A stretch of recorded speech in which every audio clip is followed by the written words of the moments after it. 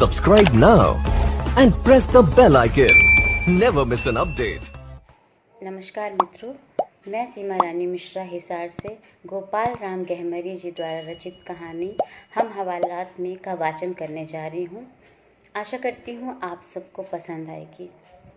तो मैं वाचन प्रारंभ करती हूँ। कुल धर्म से वाणिज्य व्यवसायी होने पर भी काल धर्म से हमारा कुछ समय साहित्य चर्चा में बीता करता है।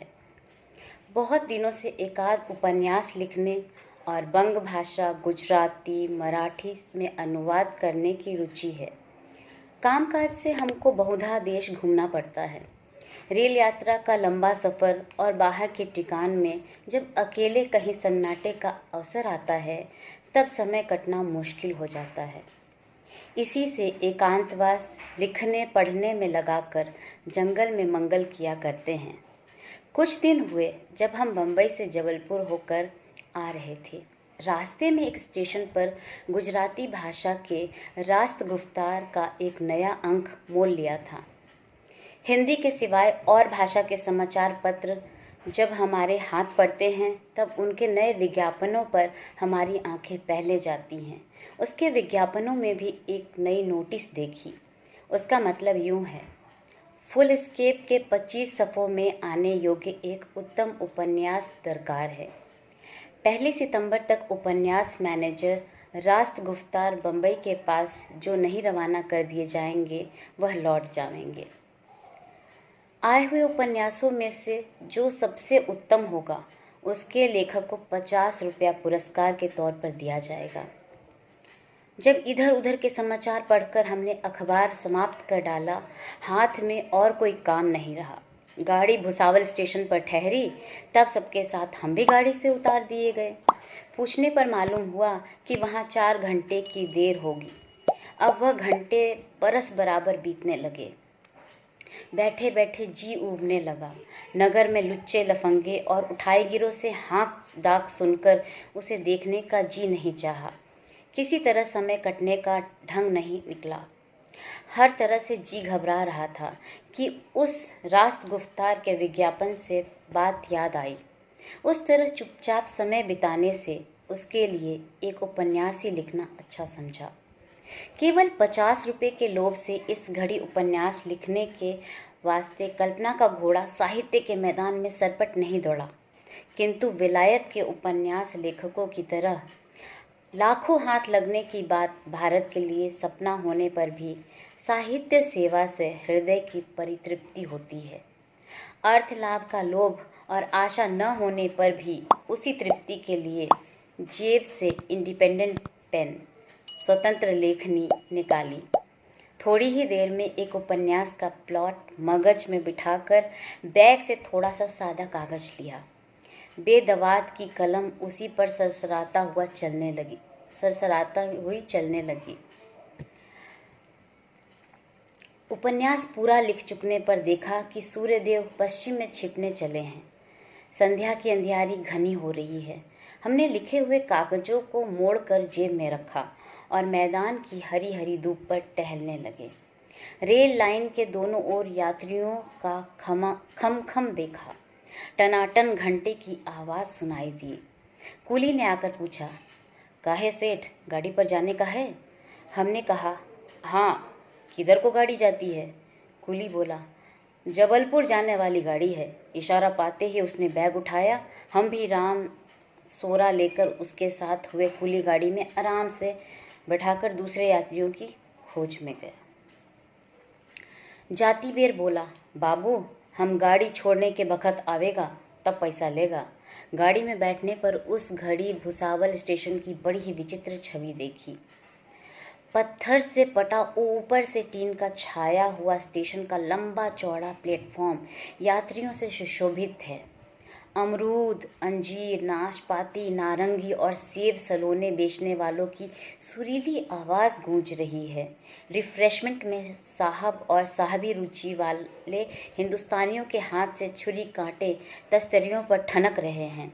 पीतल के बर्तन सिर पर सुधारती हुई ग्वालें दूध ले मीठे दूध के रिफ्रेशमेंट में साहब और साहबी रुचि वाले हिंदुस्तानियों के हाथ से छुरी कांटे तश्तरियों पर ठनक रहे हैं। पीतल के बर्तन सिर पर सुधारती हुई ग्वालिन दूध ले दूध, मीठे दूध कहती हुई देखी। इठलाती चली जाती है। कपार पर उथरा टोकरा कपड़े से ढके हुए कबाब रोटी वाले देवता भी ग्राहकों की खोज में फिर रहे हैं। बाकी जगह को भरते हुए रंग बिरंगे यात्री और यात्रियों की संगी साथी सामान लादे कुलियों के साथ आते हैं। कहीं बिच्छू के डंक की तरह मरोड़ खाती हुई बेनी उमठे माथ उघारे महाराष्ट्र ललनागन नाक में छाजदार सुंदर छोटी सी नथ लगाए चली आती है। कहीं पेड़ू तक उघारे किंतु छाती के नीचे तक घूंघट लटकाए, घुटने के नीचे तक नीबी लटकाए मारवाड़ महिला गहनों से लदी छमाछम करती जाती हैं। किसी ओर से गुजराती गुजरिया कसी कसाई अंगिया पर सुंदर सुहा साड़ी पहने झलक दिखाती हैं। किसी ओर से पारसी झकाबोर सुहावनी रेशमी पहने बहुत छोटी खुरी के बूटों से प्लेटफॉर्म का पत्थर खटखटाती आती हैं। किसी ओर मदमाती बलखाती पान चुबलाती कुचालिने वैश्य अपने पंजों के साथ गाड़ी में बैठने जाती हैं।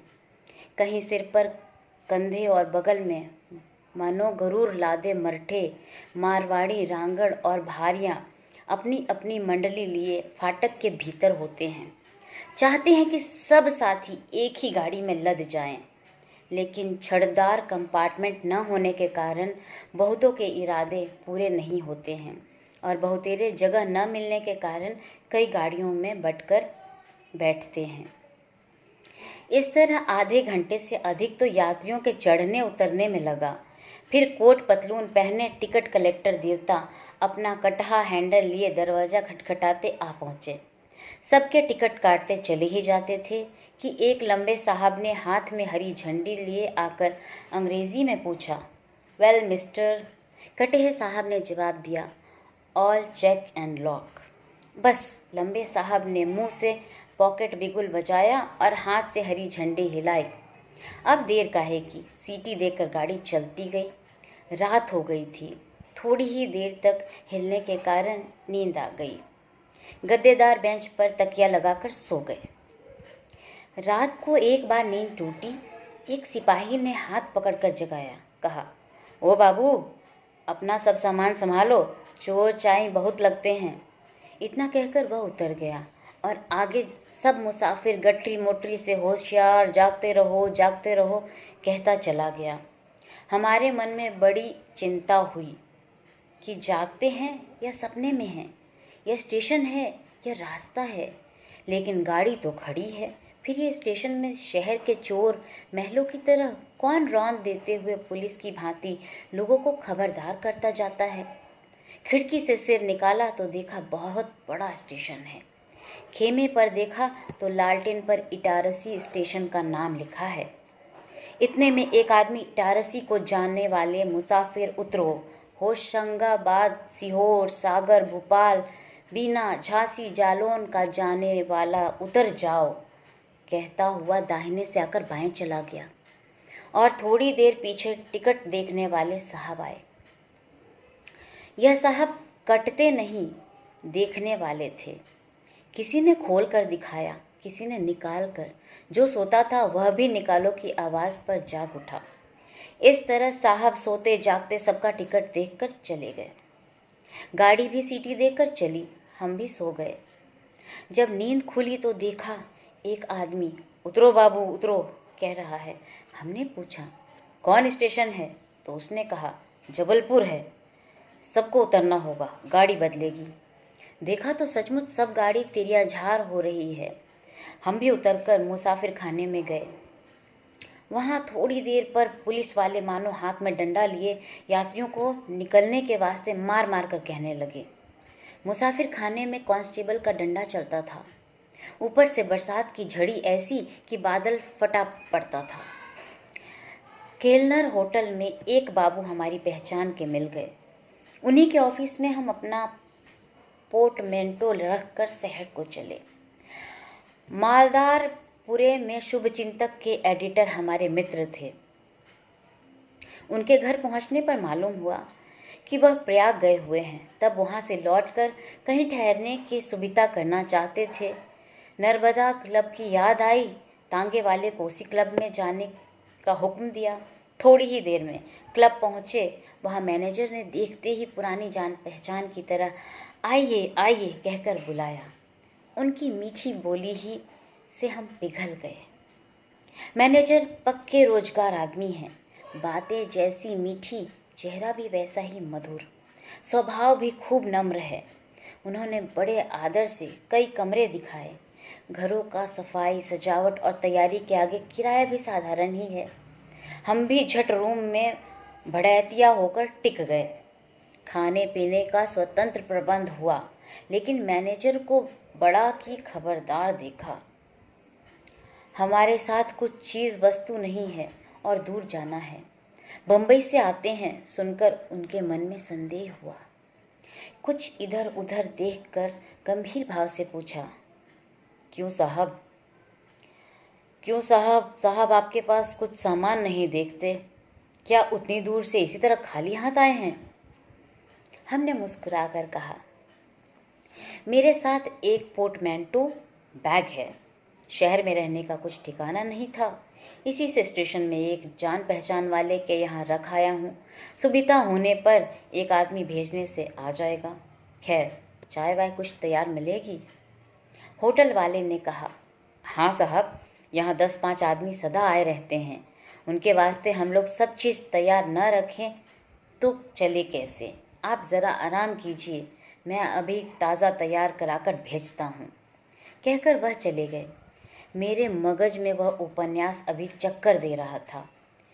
कैसा लिख चुके हैं, एक बार सब पढ़ जाने के वास्ते कोट की जेब से निकाला और टेबल पर रखकर पढ़ने लगे। थोड़ी देर में वह मैनेजर फिर सामने आकर बोला, मैं आपका नाम जानना चाहता हूँ। साथ ही उन्होंने पेंसिल और नोटबुक निकाला। मालूम हुआ कि रजिस्टर में लिखने के वास्ते पूछते हैं। इधर हमारे मन में भी एक अजीब तरह का ख्याल आया। अपना नाम जाहिर करने की सदा से अरुचि है, लेकिन यहाँ नाम लिखाना ज़रूरी है और यहाँ नाम कह देने में कुछ हरज नहीं। झट उसी उपन्यास के नायक का नाम अपना कहकर बतलाया। कहा, मेरा नाम दिलीप नारायण है। उस घड़ी इसका कुछ भी ध्यान नहीं था कि उपन्यास के नायक पात्र का नाम अपना कहकर बतलाने से एक बड़ी आफत सिर पर आ जाएगी। मैनेजर नाम लेकर चला गया। थोड़ी देर बाद चाय मिली, फिर समय पर भोजन हुआ। सुंदर स्वच्छ स्थान पर बैठे जंगले से वृष्टि के फव्वारे का आनंद लिया। बेमौसम की बरसात अच्छी न होने पर भी क्लब से हमको वह सुख राशि हुई। तीसरे पहर को जब पानी बरसना बंद हुआ, वाटर वर्क्स देखने की रुचि हुई।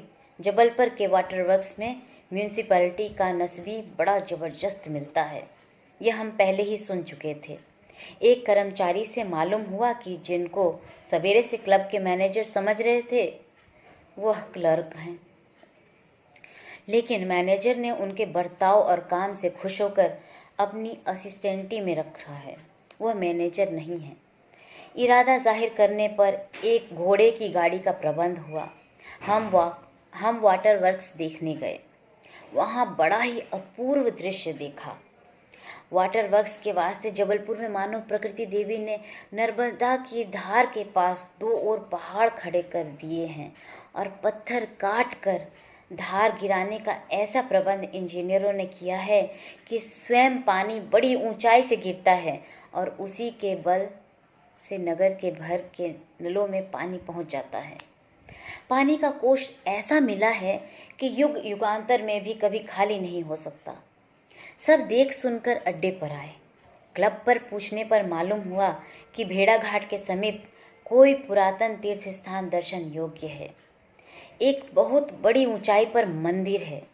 उसके पास ये धुआंधार अपूर्व शोभा है, जहाँ साबरमती वेगवाहिनी नर्मदा की धारा इतनी ऊंची जगह से गिरती है कि बराबर दिन रात धुआं उठता रहता है।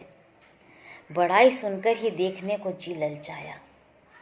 चिट्ठी पर्ची लिखकर जल्दी जल्दी निबट गए। उस उपन्यास को भी संपादक का राष्ट्र गुफ्तार के नाम से भेजने के वास्ते दूसरे कागज पर साफ कर डाला।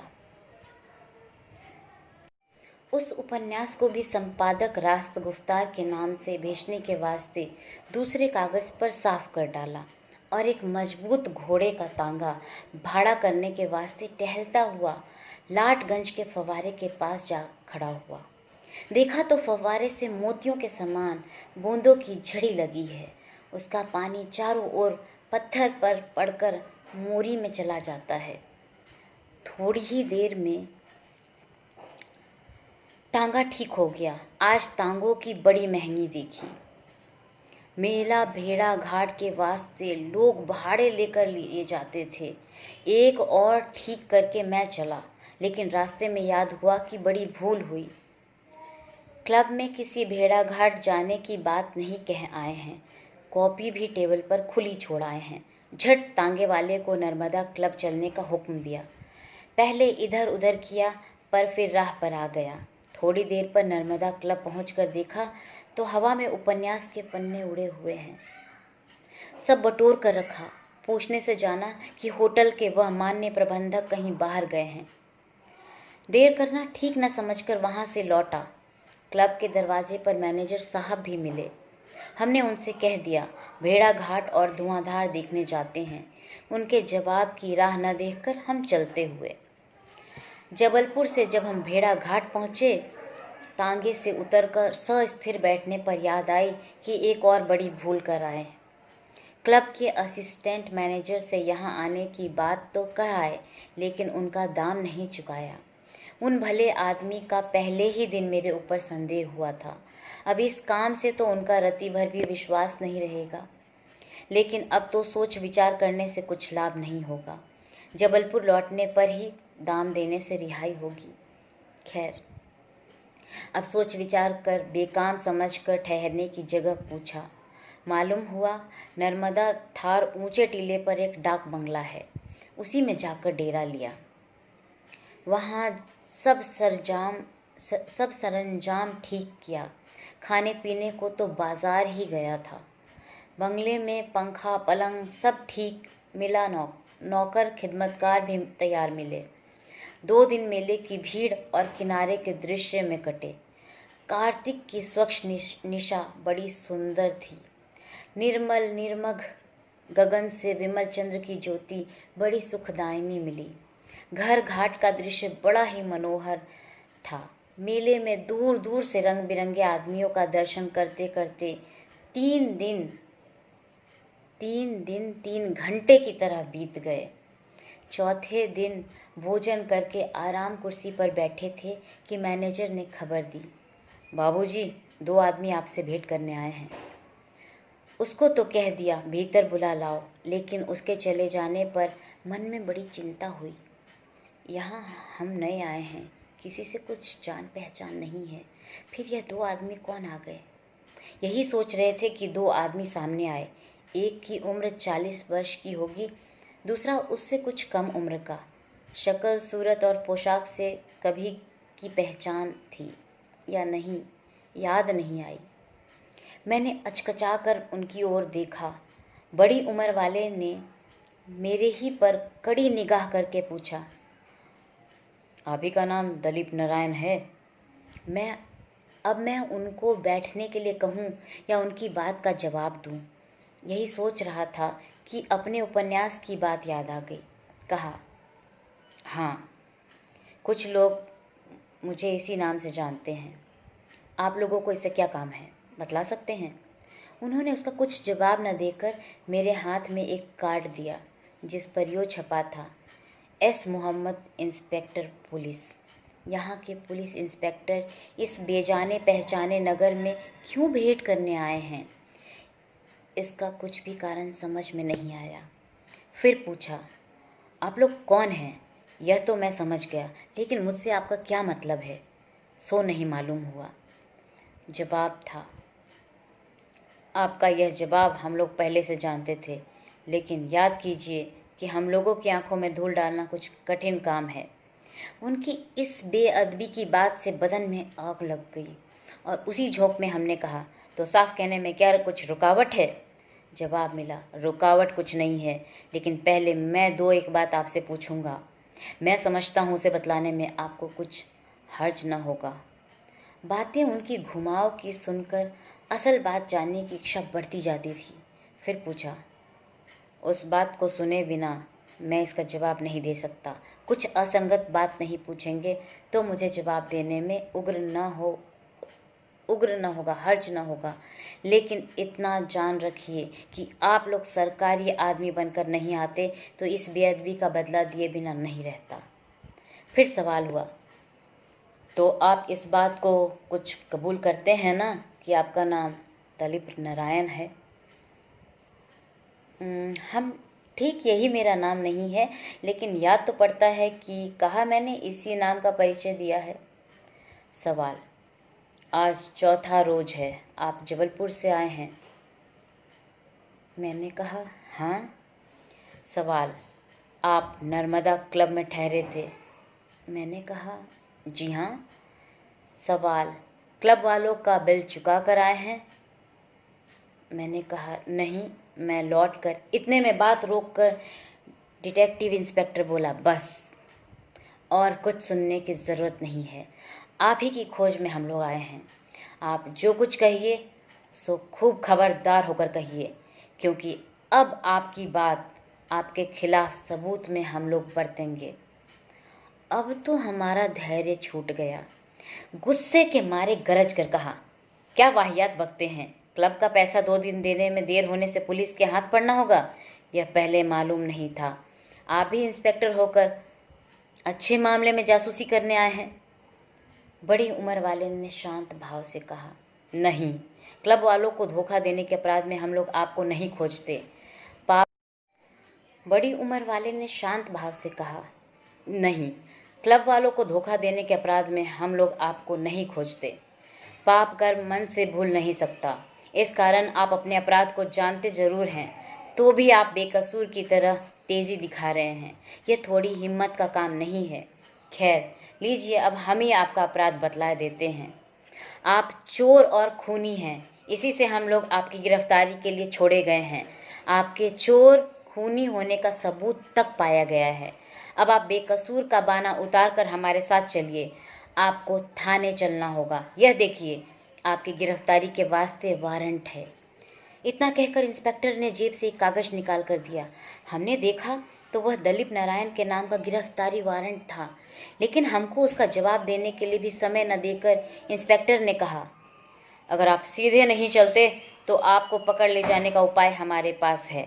हरदयाल सिंह। 40। इंस्पेक्टर ने पिछला शब्द जरा जोर से कहा। कांस्टेबल का पोशाक पहने एक विश्वंभर मूर्ति लंबा जवान हमारे कमरे में आ दाखिल हुआ। अब हमने समझा कि इधर उधर करना बेकार है। यह लोग सरकार के नौकर हैं, हुक्म तामील करना इनका काम है। हमने खुद अपना नाम दलीप नारायण बतलाया है।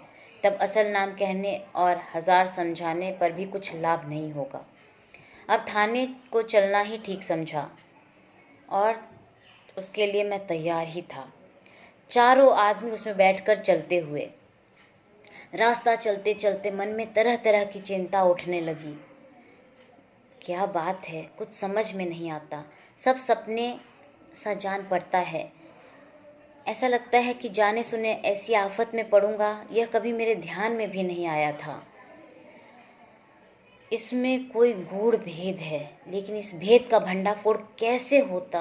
हमारे देश में तो ऐसा कोई आदमी नहीं जान पड़ता जो हमारे ऊपर कोई ऐसा अपराध लगावे। इस तरह सोच विचार करके कुछ भी ठीक नहीं कर सका। सारा रास्ता सोच विचार में कटा। चिंता में डूबने से कब कहाँ आए इसका कुछ भी बीच में ध्यान नहीं हुआ। एक बैग इंस्पेक्टर की बात से मानो चिंता की धारा रुक गई। देखा तो गाड़ी खड़ी है, थाने के सामने आ गए हैं। कांस्टेबल हमको थाने ले गया, वहाँ हमारा बयान लिया गया। उसको पूरा हो जाने पर अंधेरी कोठरी में रहने को जगह मिली। निदान मन का क्रोध, चिंता, घबराहट और तेजी सब मन में रोकर हवालात में रहने लगे। उस हवालात में हम बहुत देर तक रहे, लेकिन गारद घर में भी हमको अपने उपन्यास की बात नहीं भूली। जेब से धीरे धीरे कॉपी निकाल कर देखा, लेकिन अंधियारे में अक्षर नहीं दिख पड़ते थे। गिनती करने से जाना कि 25 पन्नों के बदले में 24 ही हैं। अब मन में बड़ा दुख हुआ।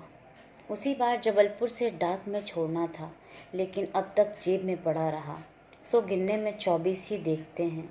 एक पन्ना कौन सा नहीं है, उसे बिना उजियारे के पाया नहीं जा सकता। इस विपत में काम का कागज कहाँ गुम हो गया, कुछ ठीक नहीं। लेकिन अंधेरे गारद में कुछ उपाय नहीं रहा। जेब में कई बार हाथ डाला, लेकिन उसमें था ही नहीं, तो निकले कहाँ से। अब इस बात की याद करने लगा कि इसे कहाँ निकाला था। नर्मदा क्लब में ही तो पन्ने उड़ गए थे। जान पड़ता है वहीं समेटती बेर एक पन्ना रह गया है। वहाँ इनकी गिनती कर लेते तो ठीक हो जाता। तभी एक कांस्टेबल चिराग जलाकर उस कोठरी में लाया। रोशनी में सब पन्ने उलट जाने पर देखा तो 22वां पन्ना नहीं है। कथा इधर उधर की पढ़ने पर समझा कि उपन्यास की सबसे भयंकर और रूहें खड़ी करने वाली बात जिस पन्ने पर लिखी थी वही नहीं है। यह भी याद आई कि उसी में हमारे इस उपन्यास के नायक दलीप नारायण ने अपना अपराध कबूल किया है। उस समय हमारे मगज में बिजली दौड़ गई, मानो नींद से उठ बैठा। मामले का भेद कुछ समझ में आ गया। जो सिपाही चिराग रख कर लौट रहा था उसको जोर से पुकारा, ओ सिपाही, अरे इतना गुल क्या करता है, कहकर उसने जंगले से देखा। मैंने कहा, अच्छा भाई, जरा इंस्पेक्टर साहब को भेज दो, बोलो बहुत ज़रूरी काम है, इसी दम, अभी भूलो मत। जानो इंस्पेक्टर इनके नौकर हैं, अभी भेज दौड़ते हैं हवालात में, लेकिन बाबू ही बने हैं। रस्सी जल गई, ऐठन नहीं गई। यही बड़बड़ाता हुआ वह सिपाही चला गया। कोई 5 मिनट पर इंस्पेक्टर आए। आते ही बोले, अब गार्डन में आने पर मगज ठिकाने आया है, क्यों, अब अपना अपराध कबूल करते हो? देखिए, अपराधी होने पर तो बिना कबूल किए चल नहीं सकता था। यही बात कहने के वास्ते मैंने आपको बुलाया है। आपने मुझे चोर और खूनी बतलाया और कहा था कि इसका सबूत भी मिला है। वह सबूत आपने कहाँ पाया है? इंस्पेक्टर ने कहा, वह सब खबर हमें मालूम नहीं है। गिरफ्तारी का हुक्म पाकर हम लोगों ने तुमको गिरफ्तार किया है। बाकी हाल पीछे जाना जाएगा। इस वक्त मैं कुछ कह नहीं सकता। इतना कहकर वे चले गए। बड़े दुख से रात बीती। सवेरे खबर मिली कि डिप्टी कमिश्नर के यहाँ से कोई आदमी तहकीकात करने आया है। दूसरे दिन भी 12 बजे तक वहीं नरक भोगता रहा। 1 बजते बजते वह ऑफिसर आ पहुँचा। जब वह गारद में आए तब मैंने सब हाल उनको बतलाया और अच्छी तरह समझा दिया कि मैं एक उपन्यास लिख रहा था। लिखते समय कागज़ बिखरे थे। जल्दी आने के समय उसमें से एक कागज़ मैं नर्मदा क्लब में ही छोड़ आया। वह बाहर गए और आधे घंटे पर वापस आए। इस बार तो आप अच्छे दा लिखी पढ़ी हो रही है, छोड़ गया था। इतना कहकर बाकी 24 पन्ने उनका महाशय सब कागज़ हाथ में लेकर गारद से बाहर चले गए और वापस लौट कर आए और हंसते हुए बोले, देखिए बाबू साहेब, इस बार तो बच गए, नहीं तो ऑफिसरों में आपके लिए बड़ा पढ़ी लिखी होने वाली थी। 3 दिनों में कमिश्नर और चीफ कमिश्नर के कितने तार आए सो ठिकाना नहीं। नागपुर के अखबारों में बड़ी धूम मची। जगह पता और हुलिया लेने के वास्ते तार गए हैं। खैर वह सब, लेकिन आपको अपने उपन्यास के नायक का नाम अपना कहने की क्या जरूरत थी? ऐसा भी कोई लड़कपन करता है? देखिए तो, आप खुद ही अपने ऊपर कितना बड़ा आफत का पहाड़ उठा लिए थे। हमने कहा, इसमें भूल तो मुझसे हुई है और काम भी लड़कपन का हुआ है। इसको भी हम इनकार करने का उपाय नहीं देखते, लेकिन आप लोगों की होशियारी और खबरदारी भी सराहने लायक हुई है, इसमें कुछ संदेह नहीं। कौवा कान ले जाने की कहावत सुनते थे कि कौवा कान लिए जाता है, सुनकर कोई बुद्धिमान कौवे के पीछे दौड़े थे, लेकिन अपना कान टटोलने का अवसर उनको नहीं मिला। आज आप लोगों ने भी वही कहावत कर दिखाई है। ऐसा कर्म भोग किसके नसीब में होगा। नाम तो मेरा साहब बहुत लंबा चौड़ा है, लेकिन जब नर्मदा क्लब के देवता मुझसे नाम पूछने आए तो मैं उसी दलीप नारायण की कथा लिख रहा था कि कैसे वह खून करके पराई संपत्ति का मालिक बन बैठा, कैसे उस मामले की मुकदमेबाजी हुई। हाई कोर्ट ने भी आंख पर पट्टी बांधकर दलीप नारायण को जुमेलिया की तरह मनोरमा की जगह जायदाद का मालिक बना दिया। सब इजलासों में जीत जाने पर भी दलीप नारायण भगवान के इजलास में पकड़ा गया, और जब उसके कर्म की नाव पाप से लद गई, जब पाप अनुताप को यातना से वह पिसने लगा, तब कैसे उसने अपना पाप, अपना खूनी होना और झूठ मूठ पराई जायदाद का मालिक होना खुद ही कबूल किया। वही कथा मैं लिख रहा था। उसी घड़ी नाम पूछने पर मेरे मगज में न जाने कैसे ख्याल दौड़ा कि वही दलीप नारायण के नाम से अपना परिचय दूं, या भगवान जिसका नाम कहकर परिचय दिया यह नरक भोगने को मिला। उसकी लीला कितनी भयावनी और अशुभ है। कौन जानता था कि इस तरह एक साधारण दिल लगी के वास्ते मुझे हवालात में जाना होगा। हमारी बात सुनकर पुलिस इंस्पेक्टर कहने लगे, यह सब तो हम लोग जानते नहीं थे, लेकिन बुधवार के दोपहर पीछे नर्मदा क्लब के उसी असिस्टेंट ने हमारे ऑफिस में पहुंचकर खुफिया खबर दी कि एक खूनी उनके यहाँ आकर कई दिन रहा, जाति बेर दाम भी नहीं दे गया। गत रात को वह क्लब से भागकर जाति बेर पूछने से कह गया कि भेड़ा घाट जाएगा, लेकिन असल में वह कहाँ गया सो कौन जान सकता है। वह खूनी है और क्लब में आकर छिपा है। सो मैनेजर को कुछ खबर नहीं थी। वह खूनी किसी के वास्ते एक कागज लिखा था, उसे जल्दी में छोड़ गया है। इतना कहकर उन्होंने फुल स्केप का एक पन्ना लिखा हुआ कोतवाल के हाथ में दे दिया। उन्होंने अच्छा कहकर ले लिया और इत्तिला लिख दी। बस उसी पर कार्रवाई चली। दलीप नारायण को पकड़ने के वास्ते चारों ओर टेलीग्राम और आदमी दौड़े। अखबारों में भी धूम मच गई। राम राम, कोई ऐसी भूल करता है। इतना कहकर हंसते हुए सब इंस्पेक्टर ने आफत का कारण हमारे वही 25 पन्ने हमारे हाथ में दे दिए। वहाँ और कई आदमी थे, देखने वाले की भी भीड़ लगी हुई थी। सब लोग कहने लगे कि उस कागज में क्या लिखा है, सुना दिया जाए। हमने सबका आग्रह देखकर उस 22वें पन्ने को सुना दिया। उसमें यूं लिखा था, मेरा नाम दलीप नारायण सिंह नहीं है, लेकिन बहुत जगह इसी नाम से काम चलाना पड़ता है। मेरा असल नाम क्या है मैं नहीं बताऊंगा। असल दलीप नारायण जिसकी जायदाद का मालिक बनकर मैंने हाई कोर्ट की आंख में भी पट्टी दे दी, उसका मकान यमपुर है। मैं उसका नातेदार हूँ। जब मैं गर्भ में था तभी भगवान ने मुझे मालिक बना दिया। एक दिन उसकी बड़ी जायदाद के लोभ से मैंने सोते में उसका गला काट डाला और धरती में गाड़ दिया। फिर उसके गुम हो जाने की खबर उड़ाकर पुलिस और कलेक्टरी तक को इस तरह चांदी की ओट में तह कर दिया कि किसी को कुछ संदेह ही नहीं हुआ। फिर तो उसकी छोटी उम्र के बालक के बदले में ही सब संपत्ति का मालिक दलीप हो गया।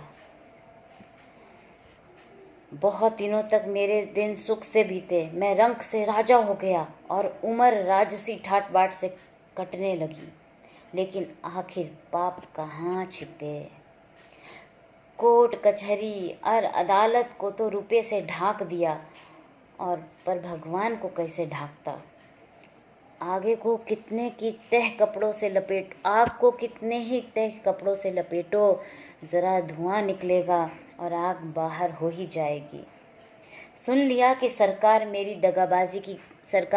दगाबाजी की खबर पा ली है। अब पकड़े जाने में भी बहुत देर नहीं है। तब तो धीरे से मैंने अपना पाल समेटा और नगर छोड़कर नागपुर भाग लिया। लेकिन यहाँ से भी अब जल्दी भागूंगा। भाग कर कहाँ जाऊँगा, इसका कुछ ठीक ठिकाना नहीं है। मैंने बहुत बड़ा पाप किया है। इतना पातक, ऐसा भयंकर पाप करने वाला कोई दुनिया में होगा, यह मुझे भरोसा नहीं होता। अब मैं नहीं लौटूंगा। तुम मेरा ढूंढ खोज मत कीजियो।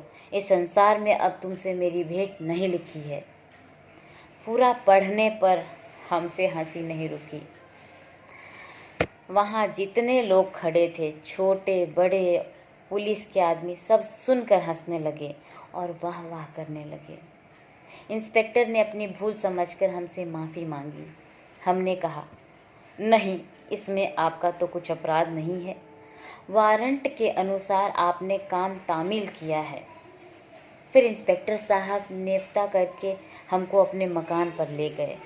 दिन को उनके यहाँ पहुनाई करके रात 8 बजते बजते हम नर्मदा क्लब पहुँचे। मैनेजर पर जी बड़ा रंज था। झट से सामने जाकर कहा, लाइए साहब अपना बिल लाइए। मीठे बोलने वाले ने बिल दिया। उसका रुपया झन से सामने फेंक कर बड़े ज़ोर से कहा, यही आपकी सभ्यता है? इसी के वास्ते आपने झूठी खबर देकर हमको आफत में डाला। उसने बड़ी नरमी से कहा, ना बाबू, मैं तो आज बम्बई से आया हूँ, इस बात की कुछ खबर नहीं जानता, लेकिन इतना सुना है कि मेरी गैरहाजिरी में जो लड़का काम किया उसने पुलिस में इत्तला दी थी, लेकिन उसने इतनी भयंकर रिपोर्ट नहीं की जितनी पुलिस देवताओं ने गढ़ ली थी। आप तो भले आदमी हैं, अखबार पढ़ना जानते हैं, पुलिस के देवा कैसे रस्सी को सांप कर डालते हैं, सो क्या आपसे छिपा है? अब पुलिस की करनी या क्लब के छोकरे के प्रसाद से हम पर विपत आई, सो जांचने की जरूरत नहीं थी। हम वहाँ से निबटकर जबलपुर स्टेशन आए। ज्यों ही मुसाफिर खाने पहुँचे, गाड़ी खुल गई। मालूम हुआ कि रात भर गाड़ी नहीं है, दूसरे दिन 10 बजे मिलेगी। बस निराश होकर अब की बार मुसाफिर खाने में पड़े रहे। गाड़ी के छूट जाने पर उससे उतरे हुए मुसाफिर भी टिकट देने पर वहीं आ बैठे।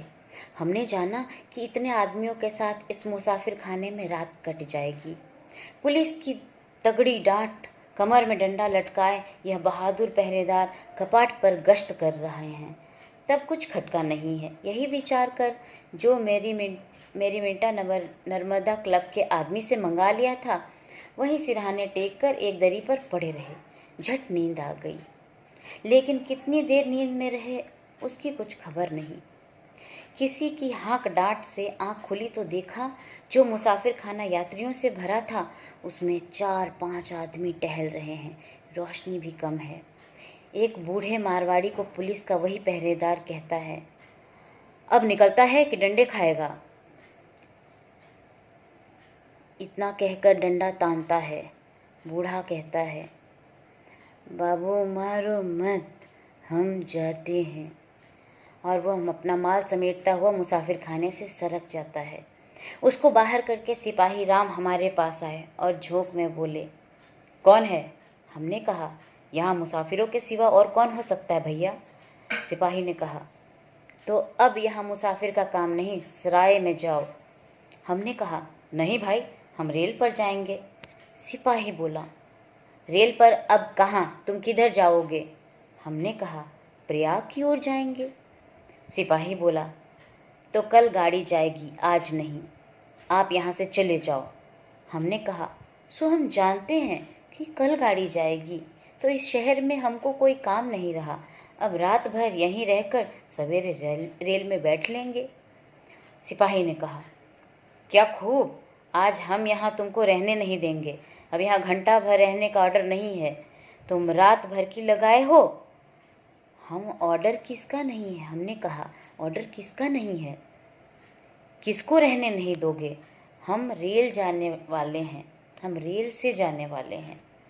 सिपाही ने कहा, अजी, रेल में जाने वाले हो चाहे लाट साहब हो, उनको हम इस जगह 9 बजने के बाद नहीं रहने देंगे। उठो जल्दी, यहाँ से उठो, खाली करो। हमने कहा, अजी, हम उठे क्यों? मुसाफिर हैं, रेल पर चढ़ेंगे। यह मुसाफिर खाना हम ही लोगों के वास्ते बना है। सिपाही ने कहा, अरे सीधे उठता है कि घसीट लें? हमने कहा, बस खबरदार, पास आया तो बड़ा घसीटने वाला बनकर आया है। सिपाही ने कहा, तो हम बार बार कहते हैं तुम सामान उठाओ, तो क्यों नहीं उठाता? हमने कहा, तुम्हारे हुक्म से सामान उठावें? सिपाही ने कहा, हमारे हुक्म से नहीं, स्टेशन मास्टर का हुक्म है। हमने कहा, कहाँ है स्टेशन मास्टर? चलो देखें कौन स्टेशन मास्टर मुसाफिरों का मुसाफिर खाने से निकालने का हुक्म देता है। सिपाही ने कहा, जाओ भीतर हैं, उनसे बोलो तो साफ हो जाएगा कि हम अपने मन से सबको निकालते हैं या उनके हुक्म से निकालते हैं। हमने समझा कि स्टेशन मास्टर से बिना कहे ठीक नहीं होगा। सब सामान वहीं छोड़कर भीतर स्टेशन मास्टर के कमरे में गए तो देखा तो भीतर कुर्सी पर एक मोटी तोंद वाले साहब बैठे हैं। हमने सामने जाकर सलाम किया। उन्होंने सलाम लेकर पूछा, क्या है? हमने कहा, मैं मुसाफिर हूँ, इलाहाबाद जाना था, यहाँ आते जाते गाड़ी छूट गई है, मुसाफिर खाने में पड़ा हूँ। पुलिस के सिपाही डंडे मार कर निकालते हैं और मुसाफिरों को तकलीफ देते हैं। साहब ने कहा, तो गाड़ी अब रात भर नहीं है, कल 10 बजे निकलेगा। आप सराय में जाकर क्यों नहीं ठहरते? वहाँ तो आराम होगा। हमने कहा, जी नहीं, मैं सराय में नहीं जाना चाहता, यहीं तीसरे दर्जे में बैठूंगा। आप साहब तो गाली तकलीफ पुलिस के सिपाही, यहाँ आते जाते वेटिंग रूम में ठहरूंगा। रेलवे कंपनी ने जो मुसाफिर खाना इतना खर्च करके हम मुसाफिरों के लिए बनाया है, उसमें मुसाफिरों को आधी रात के समय पुलिस के सिपाही डंडे तान कर बाहर कर रहे हैं। यह किसके हुक्म से और किस नियत से, सो मैं जानना चाहता हूँ। साहब ने कहा, कोई नियत दूसरी नहीं है, न कोई ऐसा हुक्म है। बात इतनी है कि यहाँ आजकल चोरी बहुत होती है। गिरहकट, पॉकेटमार, चोर चाई बराबर घूमते हुए अपने घात में ताकते रहते हैं। इसी से कहा जाता है कि मुसाफिर यहाँ न ठहर कर सराय या किसी दूसरी ओर ठहरें, ताकि कोई बखेड़ा न होने पावे। हमने कहा, क्या खूब आपके मुसाफिर खाने में रोशनी है, पहरा है। गवर्नमेंट ने सब मुसाफिरों की हिफाजत के लिए रेलवे पुलिस तैनात की है। रेलवे कंपनी ने मुसाफिरों को ठहरने के लिए लाखों खर्च करके मुसाफिर खाना बनाया, पानी आदि का बंदोबस्त किया, मेहतर, पानी वाले और खलासी रखे हैं। इस आराम हिफाजत की जगह से बेचारे बेजाने पहचाने मुसाफिरों को आप अंग्रेज स्टेशन मास्टर होकर डंडे लगवाकर बाहर निकलवाते हैं और चोरों के हाथ देते हैं। बड़े शर्म की बात है। तो ईस्ट इंडियन रेलवे कंपनी अपने अच्छे इंतज़ाम और मुसाफिरों को आराम देने के कारण से ही हिंदुस्तान में आप 50 वर्ष से नाम पा रहे हैं। उसके अव्वल दर्जे के स्टेशन मास्टर ऐसी बात कहें। साहब ने कहा, आप कहाँ से आते हैं? हमने कहा, हम बम्बई से आता हूँ। साहब ने कहा, वहाँ आप क्या रोजगार करते हैं? मैंने कहा, मैं वहाँ एक अखबार का मुहर्रिर हूँ। साहब ने मुस्कुरा कर कहा, अच्छा, हम कह देते हैं आपको वहीं रहने देंगे। मैंने कहा, नहीं, चाहे आप हमको निकाल दीजिए, हम अपने ही रहने के वास्ते आपसे इतना कहने नहीं आए, बल्कि सबकी तकलीफ़ देखकर विनती करने आए हैं। आप ही अपने मन में विचारिए, पहले और दूसरे दर्जे के मुसाफिरों के लिए आपके यहाँ कितने आराम का इंतज़ाम है। उनके लिए वेटिंग रूम कैसा 24 घंटे सजा सजाया खुला रहता है। लेकिन जिस तीसरे दर्जे के मुसाफिरों से कंपनी थैली भरती है, जिनके दाम से बड़ी बड़ी तोंद वालों की तनख्वाह चुकती है, जिनके पैसे से पहले और दूसरे दर्जे के यात्रियों के मौज का सामान मुहैया होता है, उन्हीं की यह दुर्गति। रात को मुसाफिर खाने में भी न रहने पावे।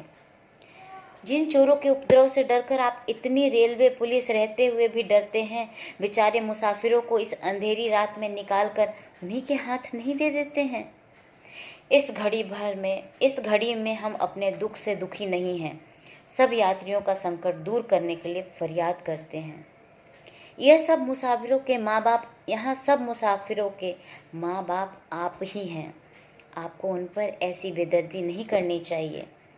स्टेशन मास्टर ने कहा, नहीं, बेदर्दी नहीं, सिर्फ चोरी का ही खटका रहता है। देखो जी सिपाही, इतना कहकर उन्होंने दरवाजे की ओर देखा। पुलिस के उसी सिपाही ने आगे आकर सलाम किया। स्टेशन मास्टर ने कहा, देखो, इनको वहाँ से मत निकालो और मुसाफिर जो यहाँ के नहीं हैं और सराय या शहर में नहीं जाना चाहते उनको मत निकालो। हमने खुशी से स्टेशन मास्टर को धन्यवाद दिया और गुड नाइट कहकर मुसाफिर खाने में आए। रात भर रहने के बाद दूसरे दिन गाड़ी मिली। ठीक समय पर हम वहाँ से अपने अड्डे को जा पहुँचे। धन्यवाद।